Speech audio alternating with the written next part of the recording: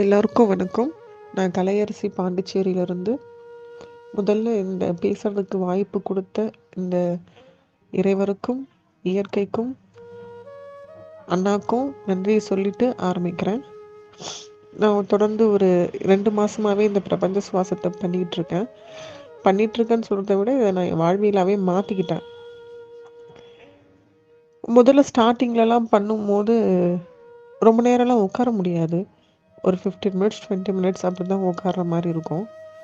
அப்புறம் போக போக போக போக நான் அப்போ தான் ஆரம்பித்த மாதிரி இருக்கும். டைமை பார்த்தா 1 ஹவர்லாம் தொட்டிருப்பேன் நான்.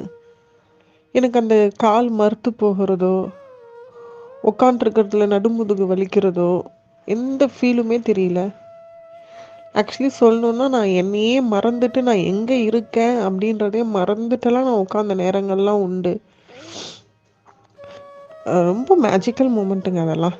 அது எல்லாரும் செஞ்சு நீங்கள் அனுபவிக்கணும். பயங்கரமான ஒரு மேஜிக்ங்க அது.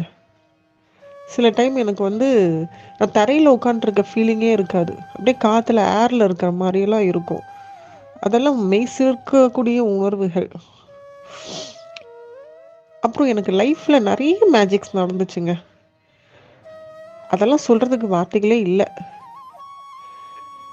என்னமோ எல்லா நல்லதும் தானாக நடக்குதுங்க.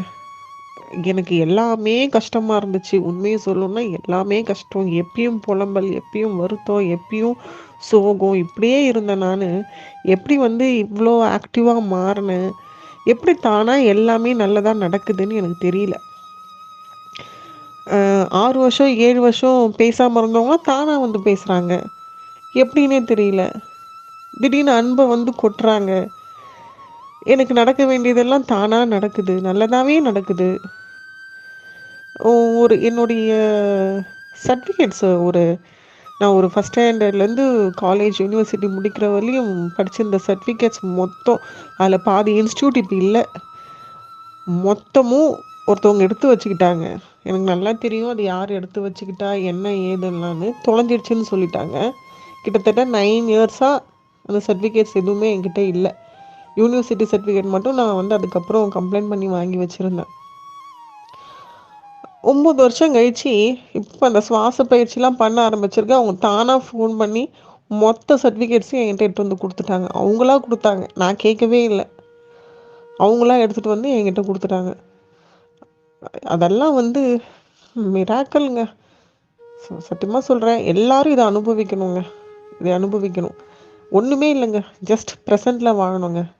எந்த எக்ஸ்பெக்டேஷன்ஸும் இல்லாமல், எந்த பிளான்ஸும் இல்லாமல், எப்பயும் எதையும் யோசிக்காமல் இந்த நிமிஷத்தில் வாழுங்க, இந்த நொடியில் வாழுங்க. அது போதும், தானாக நடக்குங்க எல்லாமே. நான்லாம் இப்படி பேசுகிறக்கூடிய ஆளே கிடையாது. என்னெல்லாம் மாற்றிடுச்சுன்னா பெரிய விஷயம்.